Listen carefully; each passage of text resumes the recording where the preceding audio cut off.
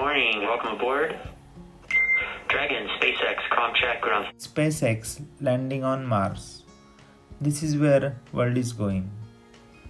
Problem they are facing are direction, velocity and atmosphere which are non-modifiable. Let go Mars. Come back to our world, Cataract world. Luckily, we have modifiable factors for landing of foldable lenses in bag, like change in atmosphere. Here we will discuss IOL implantation of foldable lenses, in which instead of ophthalmic viscosurgical devices, we are using irrigating fluid for implantation of foldable lenses. So, how does it work? It works on modifications of factors which are direction, velocity and atmosphere.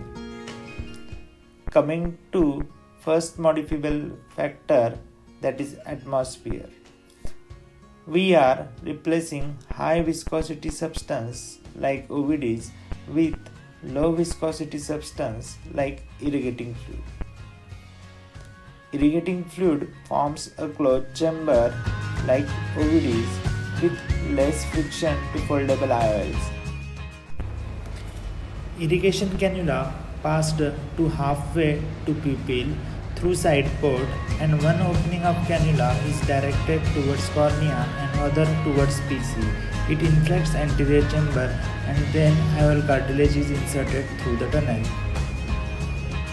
As you can watch, IOL is being inserted gently into the AC. Slow release of IOL is recommended and progression of IOL insertion is to be monitored keenly. Keep irrigation cannula above IOL. Watch at unfolding of leading haptic and make sure that leading haptic goes below rhexis margin into bag. One can rotate injector according to the unfolding of IOL so that it will open in anti-S shape and do not get dumped. Now with dialer, trailing haptic can be pushed into bag and dialed to position.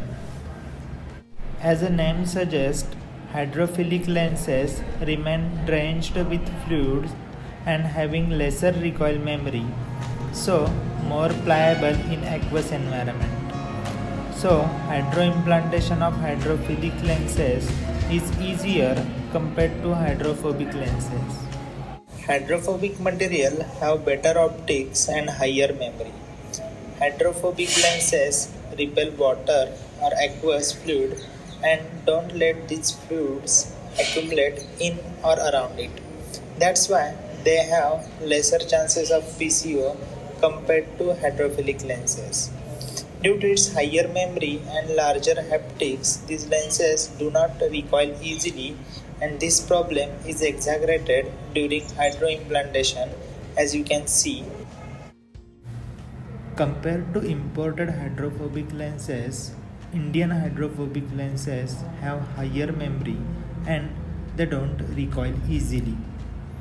We have to carefully see whether both haptics are opened in bag.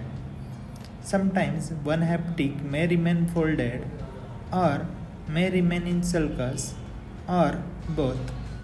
In case of mid-dilated or poor dilated pupil, as you can see in this case, one has to inject leading haptic towards bag blindly and press down optic and trailing haptic. Wait for few seconds for natural unfolding of IOL. Confirmation of in-bag implantation of lens must be done by retracting iris with second instrument. As it is well said, we build on our success and learn from our mistakes. Here is a case of primary folded haptic behind IOL. Bag is distended with visco and folded haptic and part of optic explanted out of bag. Folded haptic is pulled and unfolded. Haptic junction is pushed into bag. Early intervention is necessary in such cases. Apart from early PCO, another potential complication of hydrophilic acrylic lenses is cracking during insertion.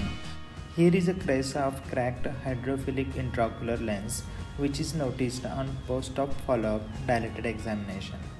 IOL is cut with microvanas under viscoelastic substance. Tunnel is enlarged with keratome and IOL is explanted out. Posterior capsular integrity is checked and new foldable IOL is implanted. Concluding my session, take-home message is to remember direction, velocity and atmosphere. As you can see in this image, SpaceX don't have opportunity to modify these factors, but they are still planning to land on. We have all these factors modifiable, so why not our lenses will land safely in back under hydro implantation. Aim at Mars, at least we will land up upon Moon.